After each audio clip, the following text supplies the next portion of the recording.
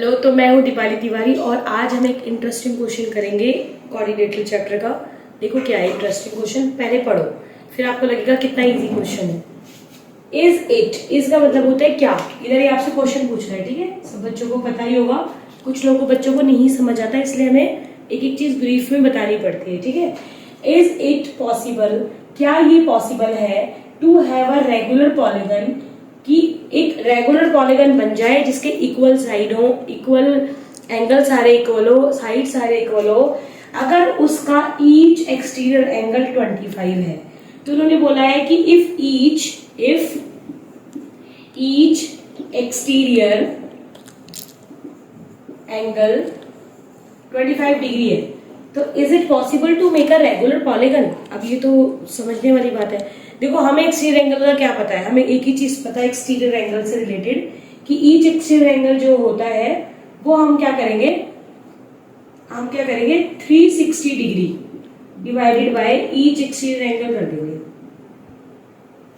Number of sides करके, तो हमें पता लग जाएगा number of side each exterior angle, जो हम प्रीवियसली पढ़ते हुए आए हैं, ठीक है। तो अब हम नंबर ऑफ साइड निकाल के देख लेते हैं। अगर कोई साइड आ जाती है तो वो पॉलीगन बनेगा, और अगर साइड नहीं आती तो वो नहीं बनेगा। तो 360 डिग्री को हम क्या करेंगे, 25 डिग्री का जो एक एंगल है उसे डिवाइड करेंगे, ठीक है। 5 5 जा 25, 5 7 जा 35 एंड 2। वैसे तो 72 is not divided by 5, we already know that कि 72 को 5 से डिवाइड नहीं कर सकते according to the divisibility rule, but फिर भी करके देख लेते हैं। 72 को हमने 5 से डिवाइड करा, ठीक है, तो हमारे पास आ गया 22, 4, 20 एंड 2 रिमाइंडर। ओके, तो अब इसको लिखेंगे मिक्स फ्रैक्शन में ये। तो ये तो हमारे पास एक प्रॉपर साइड आई नहीं है, this is not a whole number, तो अगर ये होल नंबर नहीं है, ये कोई एक साइड नहीं है, तो जब साइड ही नहीं आ रही है तो 25 किसी भी एक्सटीरियर एंगल का अगर एंगल 25 है तो this is not possible to make a regular polygon. तो हम सिंपल क्या लिखेंगे कि दिस इज नॉट पॉसिबल, ठीक है, बिकॉज 4 2/5 जो साइड आई है, ठीक है, side is not a whole number, क्योंकि ये होल नंबर नहीं है। अब इसका एक और क्वेश्चन हम करते हैं और सीखते हैं इसका डिफरेंस। तो बेटा एक और हमने क्वेश्चन लिया, इन्होंने पूछा कि is it possible to make a regular polygon with each exterior angle 36 degree. अगर ईच एक्सटीरियर एंगल 36 डिग्री, क्या पॉसिबल है रेगुलर पॉलीगन बनाना। तो वापिस हम क्या लिखेंगे, जो गिवन है वो लिखेंगे, नंबर ऑफ साइड का फॉर्मूला लिखेंगे। फॉर्मूला बहुत इंपॉर्टेंट है, सारे क्वेश्चन में लिखना है।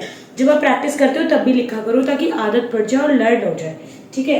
तो अब आपका क्या है 360 और हमारे पास ईच एक्सटीरियर एंगल है 36, तो ये हमारा आ गया 10।